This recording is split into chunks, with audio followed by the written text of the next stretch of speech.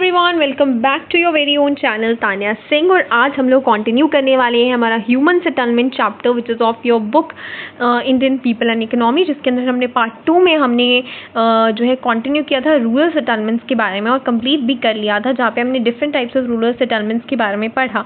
और आज हम लोग कंटिन्यू करने वाले हैं अर्बन सेटलमेंट्स के बारे में। So let us just continue without wasting any time. This is the part 3 of the video and you can watch the rest of the parts to be in the sync. So आज हम लोग urban settlements के बारे में पढ़ेंगे। तो हम लोग ऑलरेडी कर चुके हैं कि रूरल और अर्बन में क्या डिफरेंस होता है। अर्बन बेसिकली सिटीज़, टाउन्स जो है ये वाली जो एरियाज़ होते हैं वो अर्बन में आते हैं। लाइक रूरल सेटलमेंट्स के मुकाबले ये थोड़े से कॉम्पैक्ट होते हैं, थोड़े से बड़े होते हैं और बहुत सारी नॉन एग्रीकल्चरल एक्टिविटीज़ में ये बेसिकली एंगेज्ड होते हैं, राइट। सो बट लेकिन एक बहुत ही स्टार क्वेश्चन ये आता है कि क्या रिलेशन है रूरल और अर्बन और टाउन सिटीज़ का, राइट। तो that is a very very important question. तो बेसिकली दोनों के बीच में रिलेशन क्या है? इन दोनों के बीच में फंक्शनल रिलेशनशिप है। किस तरीके का रिलेशन है? फंक्शनल रिलेशनशिप है। They are functionally linked to each other. Basically क्या नेचर है? फंक्शनल। सो MCQs में भी आ सकता है। तो राइट इस वर्ड को याद रखना है कि भैया कौन सा रिलेशनशिप है? फंक्शनल रिलेशनशिप है। फंक्शनल कैसे? देखिए, जो हमारी रूरल एरियाज़ हैं वो मोस्टली रॉ मटेरियल्स को प्रोड्यूस करती हैं, राइट। चाहे हमारा मान लीजिए एक छोटे से एग्जांपल से करते हैं, शुगर केन ले लीजिए, राइट। सो मेरा मोस्ट फेवरेट एग्जांपल तो शुगर केन फार्म्स में उगती है। चलिए कॉटन ले लीजिए, या तो कॉटन भी क्या है? फार्म्स में उग रही हैं, ये रॉ मटीरियल्स है, राइट। तो अब जो है ये सारी विलेजेस में उगती हैं और कंजप्शन कहाँ पर होगा? एज अ कंज्यूमर इसके कहाँ पर बैठे हैं? अर्बन सेटलमेंट्स में।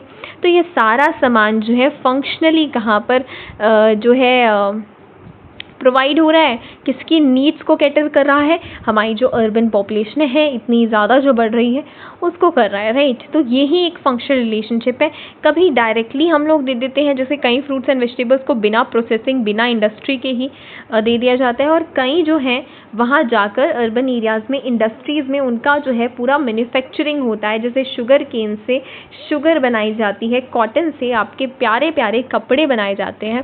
सो ये सारा जो है सिस्टम होता है और उसके बाद फिर वो प्रोडक्ट बन के फाइनली जो है आप लोगों को मिलता है, राइट। तो एक रिलेशन है कि अगर विलेजेस होना भी ज़रूरी है, हर एक का अपना एक एक रोल होता है, right, in a society, in a world. तो इस तरीके से आपका एक फंक्शनली लिंक है बिटवीन दीज टू एरियाज। तो सिटीज़ जो है वो डायरेक्टली भी कनेक्टेड है एज वेल एज इनडायरेक्टली भी कनेक्टेड है। और ऐसा नहीं है कि विलेजेस को ज़रूरत नहीं है, कई ऐसी चीज़ें हैं जो लोग विलेज से जो है अर्बन एरियाज़ में जाते हैं, चाहे वो सर्विसेज हों, चाहे वो अच्छा एजुकेशन लेने जाते हों, चाहे हेल्थ फैसिलिटीज़ के लिए जाते हों, लेकिन यस आपस में दोनों का अपना फंक्शनल रिलेशनशिप जो है वो एग्जिस्ट करता है, राइट। अब अर्बनाइजेशन इन इंडिया के बारे में पढ़ते हैं। सो जनरली एक नया फिनोमेनन चालू हुआ है, that is called the urbanization, right. So urbanization basically क्या होता है? सो मोस्टली मैं अपने स्टूडेंट्स को भी देखती हूँ, तो most of them do not know कि अर्बनाइजेशन का मतलब क्या है। बेसिकली अर्बनाइजेशन की डेफिनेशन पता होना, एग्जैक्ट मीनिंग पता होना ज़रूरी है। हम ये तो समझ रहे हैं, अर्बनाइजेशन वर्ड सुनते हैं, लेकिन इसका डेफिनेशन जो है वो किसी को नहीं पता होता है।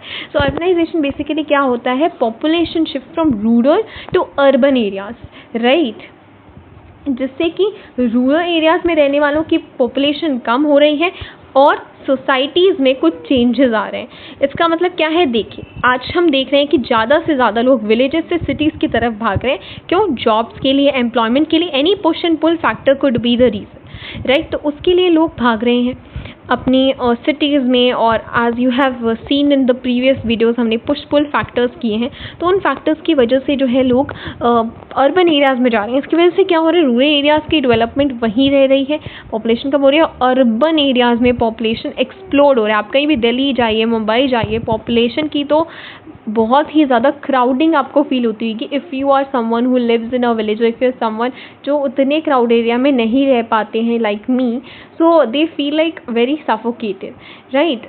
तो बट इसके साथ साथ कुछ चेंजेस आते हैं। सिटीज़ से लोग सीख कर आते हैं टेक्नोलॉजी को। मान लीजिए सिटीज़ में कोई गया फ़ोन के साथ तो वो विलेज में भी वो टेक्नोलॉजी को लेकर आएंगे कि हाँ you can use the phone, wifi है तो वाईफाई आप यूज़ कर सकते हैं। तो टेक्नोलॉजी एंड अदर चेंजेस, जैसे कि हमें गर्ल्स को भी एजुकेशन करवानी चाहिए, तो कुछ अर्बन के पॉजिटिव इम्पैक्ट भी आते हैं सोसाइटी पर और कुछ नेगेटिव भी आते हैं। तो इस तरीके से सोसाइटी में कुछ चेंजेस भी आते हैं अर्बनाइजेशन को लेकर, राइट। अब कुछ फैक्ट्स आपको सिंपली याद करने हैं अर्बनाइजेशन के बारे में, तो इसको देख लेते हैं।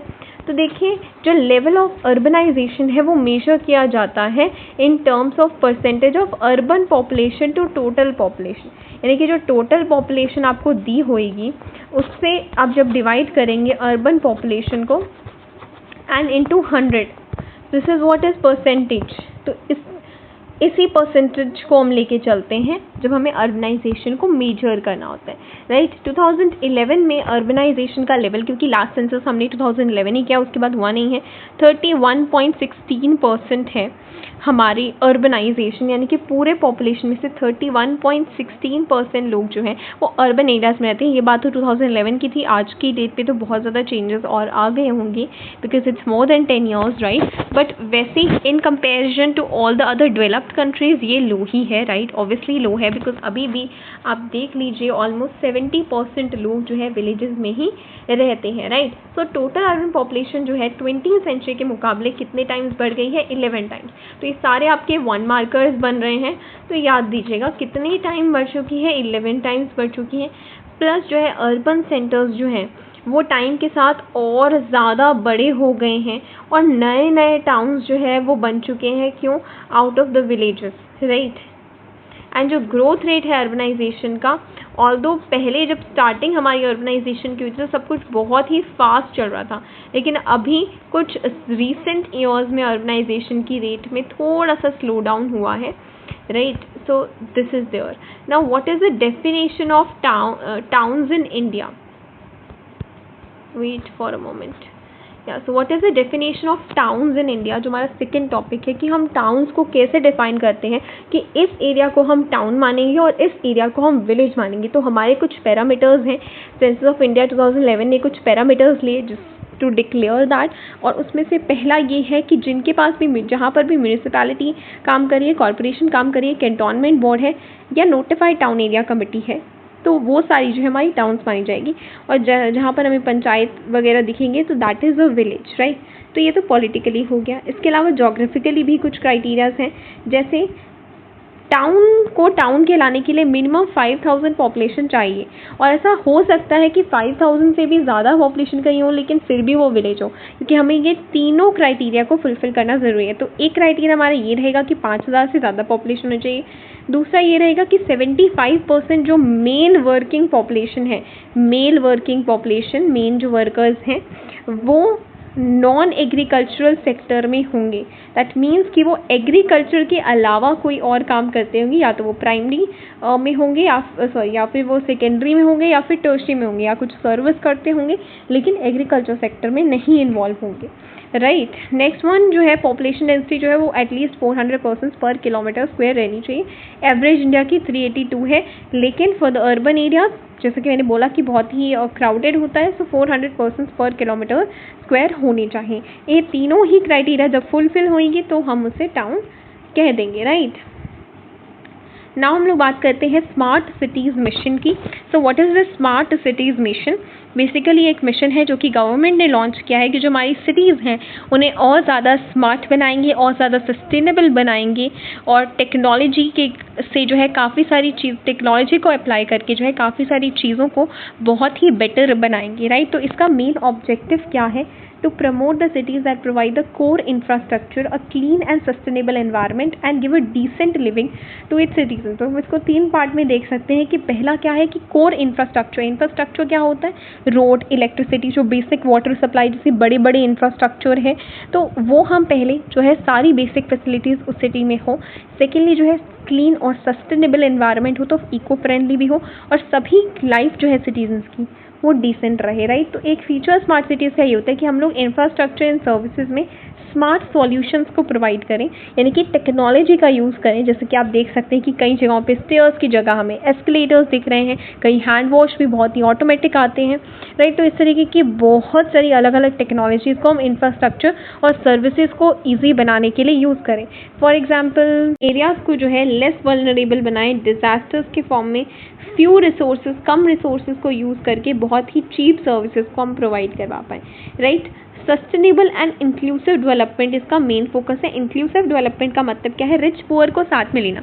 ये ना हो कि भाई आप डेवलपमेंट कर रहे हैं, स्मार्ट टेक्नोलॉजी आ रही है, उससे सिर्फ रिच ही यूज़ कर पाएँ और पुअर ना कर पाए। तो ये सभी के लिए एक इंक्लूसिव डेवलपमेंट हो, राइट। एंड ये एक जो है मॉडल बने जिसको देखकर बाकी एस्पायरिंग सिटीज़ भी स्मार्ट सिटीज़ बने, राइट। तो it will be in that case a light house to other aspiring cities. Light house means एक मॉडल, एक इंडिकेटर्स, राइट। तो अब हम एक बैक एक्सरसाइज का क्वेश्चन थोड़ा सा करने की कोशिश करते हैं after doing the entire session. तो क्वेश्चन ये है कि विच इज़ नॉट, यानी कि नहीं है, the part of definition of town as per the sense of India, जो नहीं है, राइट। तो 400 पर्सन्स पर किलोमीटर स्क्वायर की डेंसिटी है, राइट। म्यूनिसिपैलिटी कॉर्पोरेशन होना भी है। More than 75% engage in primary sector, नहीं नॉन एग्रीकल्चर सेक्टर, यानी कि सेकेंडरी और टर्शरी वाला सेक्टर, तो ये नहीं है। एंड 5000 पर्सन्स का भी क्राइटेरिया है।